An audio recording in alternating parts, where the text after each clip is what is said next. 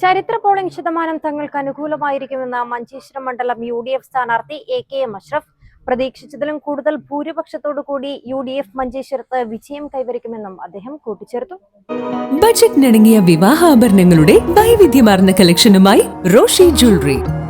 Diamond ആഭരണങ്ങളുടെ ഏറ്റവും പുതിയ ഡിസൈനുകൾ ഏറ്റവും കുറഞ്ഞ പണിക്കൂലിയിൽ. Roshi jewellery, gold and diamonds, bank road and കോട്ട് റോഡ്, കാസർഗോഡ്.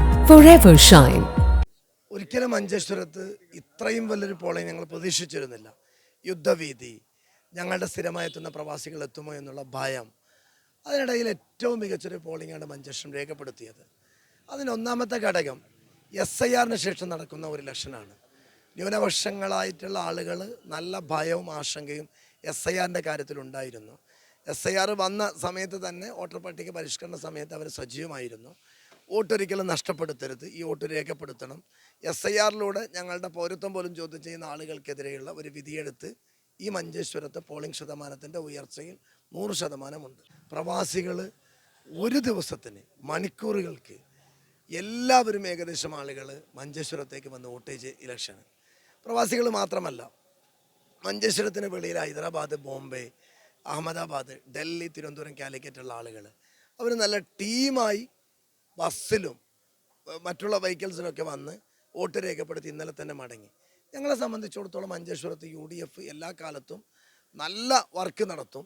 ആ വർക്കിനപ്പുറം മഞ്ചേശ്വരത്ത് BJPക്കാരല്ലാത്ത ഒരു ജനത BJPയെ തോൽപ്പിക്കാൻ വേണ്ടി വോട്ട് ചെയ്ത ഒരു ഇലക്ഷൻ. ഇലക്ട്രോണിക് യന്ത്രം വല്ലാത്തൊരു ഭയങ്കര സ്ലോ ആണ്. എല്ലാ ബൂത്തിലും ഭയങ്കര ക്യൂ ആണ്. അത് കുറച്ച് കഴിയുമ്പോൾ ഒരു രാവിലെ 10 മണിക്ക് എത്തിയ ആൾ 2 മണിക്കൂറും 3 മണിക്കൂറും വെയിറ്റ് ചെയ്തിട്ടാണ് വോട്ട് രേഖപ്പെടുത്തിയത്.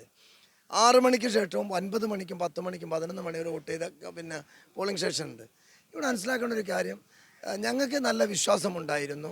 ആ ക്യൂവും ഞങ്ങളുടെ ബൂത്തുകളുടെ ആൾക്കൂട്ടത്തെ കാണുമ്പോൾ നല്ല ബോധ്യപ്പെട്ട ഒരു കാര്യമാണ്. ഇപ്പോൾ ഇതൊരു കോസ്റ്റൽ ബെൽറ്റ്, മങ്ങൽപ്പാടി, മഞ്ചേശ്വരം, കുമ്പളയും 80% റീച്ചായി എന്നറിയുമ്പോൾ അത് UDFന് ഒരു ചരിത്ര മെജോറിറ്റി കിട്ടുന്നതെന്ന് ഉറപ്പ്. ഇത് ഞങ്ങളുടെ കോട്ടയാണ്, ഞങ്ങളുടെ കേന്ദ്രമാണ്.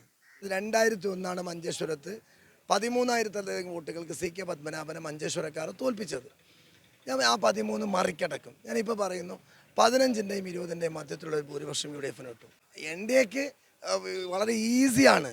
ഈ പെർസെൻറ്റേജ് വന്ന ബൂത്തുകളുടെ ലിസ്റ്റ് എടുത്ത് ഒരു BJP majority booth, UDF majority, LDF booth എന്നുണ്ടല്ലോ, 80%-ലധികം UDFൻ്റെ ഓരോ ബൂത്തുകളാണ് ഏറ്റവും മികച്ച നേട്ടം കൊയ്തിട്ടുള്ളത്.